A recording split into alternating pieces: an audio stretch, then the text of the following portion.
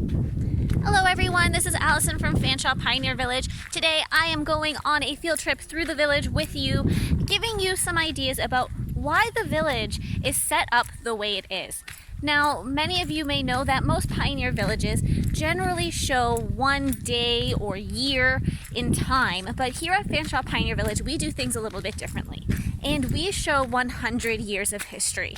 And what we do is we start in the year 1820 with our small log buildings like LG Log House, the Colbert Barn, and the Log School to show what it was like when early settlers or colonizers started to arrive here in Middlesex County. So our Pioneer Village shows a very specific part of early Canadian history, and we focus just specifically on Middlesex County and London from 1820 to 1920. Now, a lot of interpretation in the past at the Pioneer Village has really focused on Irish settlers and settlers from the United Kingdom, but those were not the only settler groups that were here at that time period. There were, of course, First Nations people living here in the area. There were black settlements. There were people from all over the world starting to come here. And the early section of our village, though we do tend to focus on the Irish settlers, sort of is representative of a lot of people's experiences, though everyone's lives were all a little bit different. So the early section of the village really lets us focus on things like the immigration story, which is a story that people are still living out today. It's not something that ever ends. We are still seeing lots of people coming to this country all of the time, and the experiences they have are very similar to some of the experiences that the early settlers do. As they set up their homes here, they come and get accustomed to a new country, as well as bringing their own traditions with them. So originally in the 1820s, early section of our Pioneer Village, most families had a very strong connection to their homelands at that point. They saw themselves as being from those places and really had connections with them. But as we get into the next section of our Pioneer Village, as many of you know, we show 4 time periods. So our first section, 1820s and a little bit on. Then we have our next section, which is our 4 corners, which is sort of iconic of the early settlement of towns and the starting of little hamlets and things like that. So we have our Orange Hall behind us, a very important building in all pioneer towns would be your blacksmith shop, which is behind me on this side. You would have a tavern appear pretty soon afterwards, as it is one of those places that people would need to have for their post, to get news, all kinds of things. It was a business center as well as churches. So we would have all those kinds of things appear in your early settlement town because people would start to need to diversify their labor. As people start to arrive and live in a specific spot, more people need access to tools, more people need access to the post, more people need access to religious services and community groups. So we also have, as I mentioned, our Orange Hall, which was part of the Orange Order, but we also have the reconstruction of a Masonic lodge through our reconstruction of the Pond Mill School into Mount Moriah Masonic Lodge. So communities were starting to establish themselves, and people were starting to slowly see themselves as being not necessarily Canadian, but local and connected to the specific place that they lived. So if you lived in a particular town, you felt a lot of affinity for that place. Whereas previously you maybe only felt that connection to your home country, now you also are feeling that connection with the people that you are surrounded by. And people started to need to rely on one another a little differently. So early settlement groups or early colonization groups, a lot of people came in settlement groups like the Richard Talbot settlement, which we often talk about here in the very early section of the Pioneer Village. But once you get to 1850s, going in towards the 1880s, people are starting to come on their own more often. Fewer settlement groups are coming. People are making that trek on their own, and you really have to rely on the people in your community once you get there. Something that also happens is people are able, as we mentioned, to diversify labor. So you start to get to have blacksmiths, you get to have people being tavern owners, but you also have people taking on side businesses. So here we have our Caver Hill farmstead. This is generally where the animals like our pigs and our sheep live, as well as our ducks. We have their Caver Hill farmhouse, which you might remember being the Sturton house a long time ago, as well as Caver Hill woodworking shop. So people like the Caver Hills, though they were farmers, they also were able to set up businesses like wood shops and places like that where they could diversify their income. So they would farm at certain times of the year and work on particular trades at other times of the year.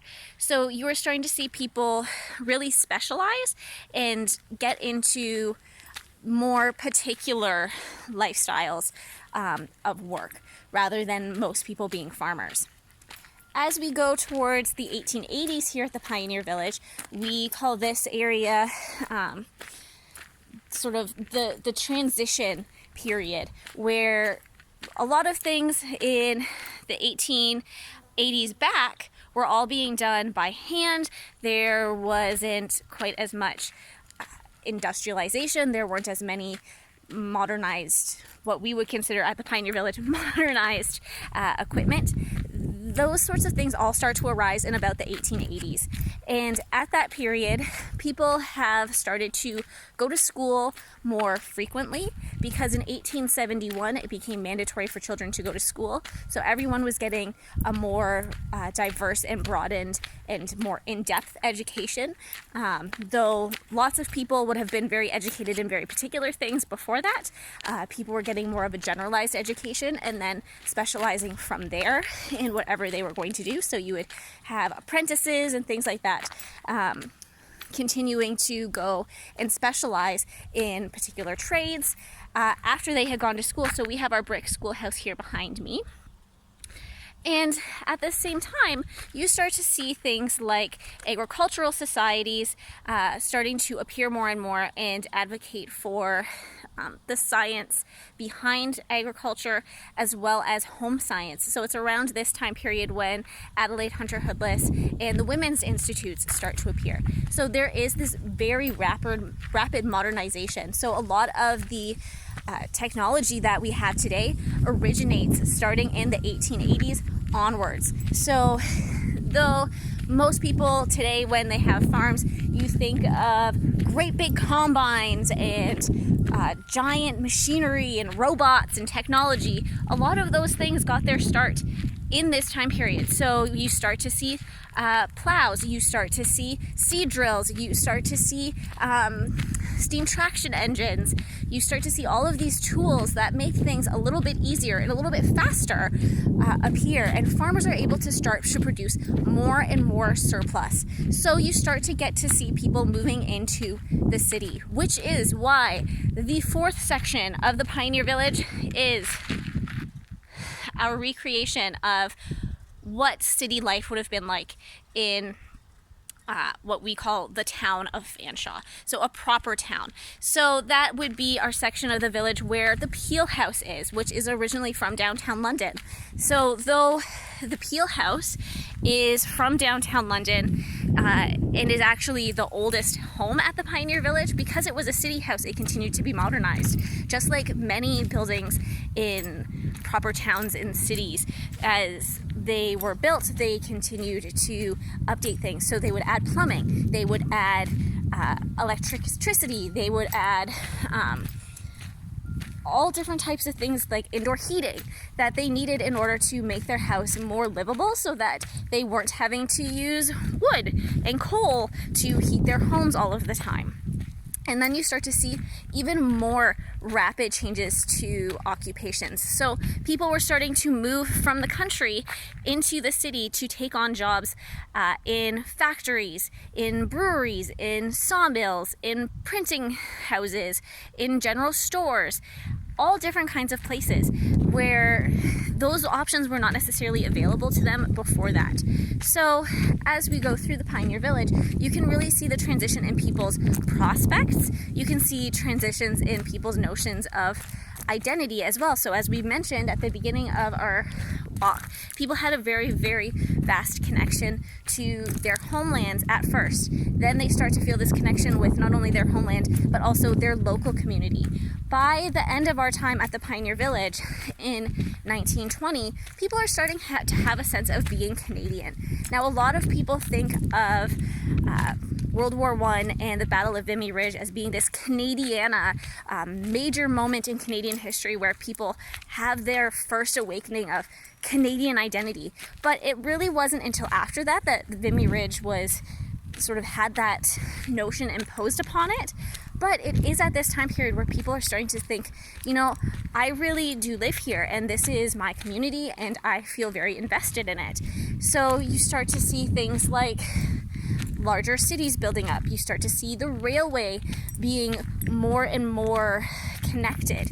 And as people connect with one another in Canada, they're able to feel really a sense of belonging because you can start to get letters from family more easily.